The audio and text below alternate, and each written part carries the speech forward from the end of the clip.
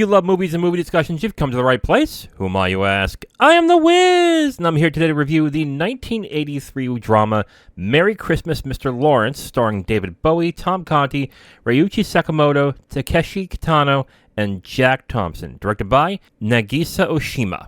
I guess the one thing I could really talk about when discussing this film is really David Bowie. David Bowie, of course, is a singer-songwriter who also ended up doing some films. I watched a number of years ago The Man Who Fell to Earth, and I gotta be honest with you, I was kind of mystified by it, not in a great way. I thought it was okay. I think it was Nicholas Roeg who directed that. I think the way he directed that seemed a little too stilted for me and still a little odd. It will probably be something I come back to, but I didn't get why people liked David Bowie as an actor, to be absolutely honest. And I mean, I looked at other movies that he's had cameos in, like Prestige, and the recent one I watched was The Last Temptation of Christ. I always felt he was a little odd when he was acting. I don't think he was really comfortable doing that. I don't think he was that interesting of an actor, to be absolutely honest. Now, if you want to talk about his music, yeah, I love his music. I think his music is great. But when it comes to him acting, I never was really that impressed. I actually was kind of confused as to why people liked him so much as an actor. Let's get into the review of Merry Christmas, Mr. Lawrence, directed by Nagisa Oshima. Before that, let us get into the plot. This is during World War II. British officer Jack Calliers, who is played by David Bowie, is captured by Japanese forces and held in a prison camp that is run by Captain Yanoi, played by Ryuichi Sakamoto. Calliers openly defies Yanoi, but he becomes fascinated by him, as does Sergeant Hara, played by Takeshi Kitano. While Calliers is in open defiance of the camp commander, Lieutenant Colonel John Lawrence, played by Tom Conti, attempts to find common ground between the British and Japanese soldiers with their beliefs. All right, well, that is the plot to this movie, so let's get into my first point. And my first point, the main theme about homoeroticism is the least interesting. So the one thing that gets talked about a lot with this movie is the very homoerotic nature of the film. And it's mainly to do with Captain Yanoi and how he treats and how he reacts to Officer Calliers, played by David Bowie. I'm not debating on whether that is true or not. I definitely think it is homoerotic. I think there is not just a tinge. I think it's a very strong homoeroticism in this movie, where Yanoi is utterly fascinated by Calliers. It just can't really process why he feels the way he does. It's just somebody who has this attraction but doesn't understand why, but also holds it back in. I find this theme to be the least interesting of this film, and I think it mainly has to do with Bowie and his performance. Now, if you want to just talk about physical attraction, sure, I get it. He's got a very captivating look. In this movie, he looks very fit. And the way that they shoot his eyes in this film, this is the first time I recognize that Bowie has two different colored eyes. I know that's something that a lot of people knew about beforehand, but this is the first time I actually noticed it, and I was mesmerized by that. When it comes to everything else about the character, I didn't really buy the infatuation. I didn't really buy exactly why someone would be unless it was just purely physical. And if that's the case, okay, fine, but I don't think the film really tries to make it to be just physical with Captain Yanoi. I think it's just to a point where he finds everything about this character fascinating, and I don't quite understand why that is. So I think when it comes to this theme, I think it's the least interesting. And my second point, the question of when to bridge cultures is a fascinating theme. I think the best thing about this movie has to do with Lawrence trying to bridge a gap between the Japanese soldiers and the other POWs, and having them try to understand each other's cultures to find common ground. And what's fascinating about it is this is something that I think we all strive to as people, to want to be able to do that. We want to have different cultures in our lives to better enrich ourselves, to then be more understanding of each other in the hope that they'll be understanding of our culture. This movie kind of questions if that is a good idea at some point, and I think that was a very fascinating thing to do. And mainly because it just doesn't seem like the Japanese in this movie have any interest in it. Or there really isn't any motivation in that case.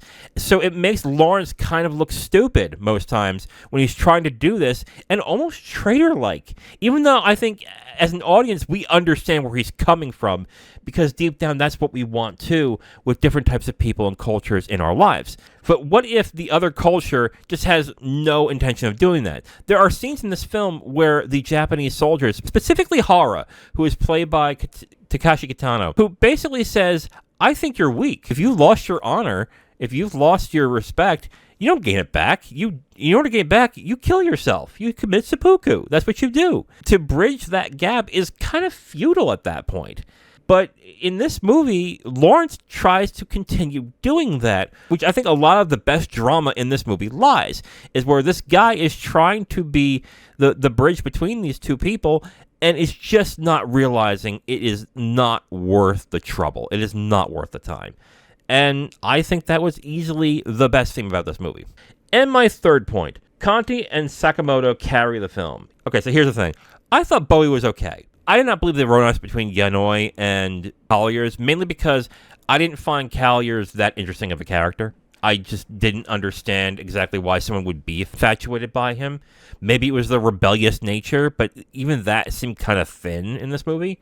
But I will say that I definitely believe Sakamoto in this movie, where he was playing Yanoi, and I can believe the infatuation in his eyes and how he acted and everything. I think he did a fantastic job. It just felt odd seeing his performance and then seeing it against Bowie and being like, I don't understand why this guy would be this way, but man, do I believe that he is this way. It's like, I definitely believe that.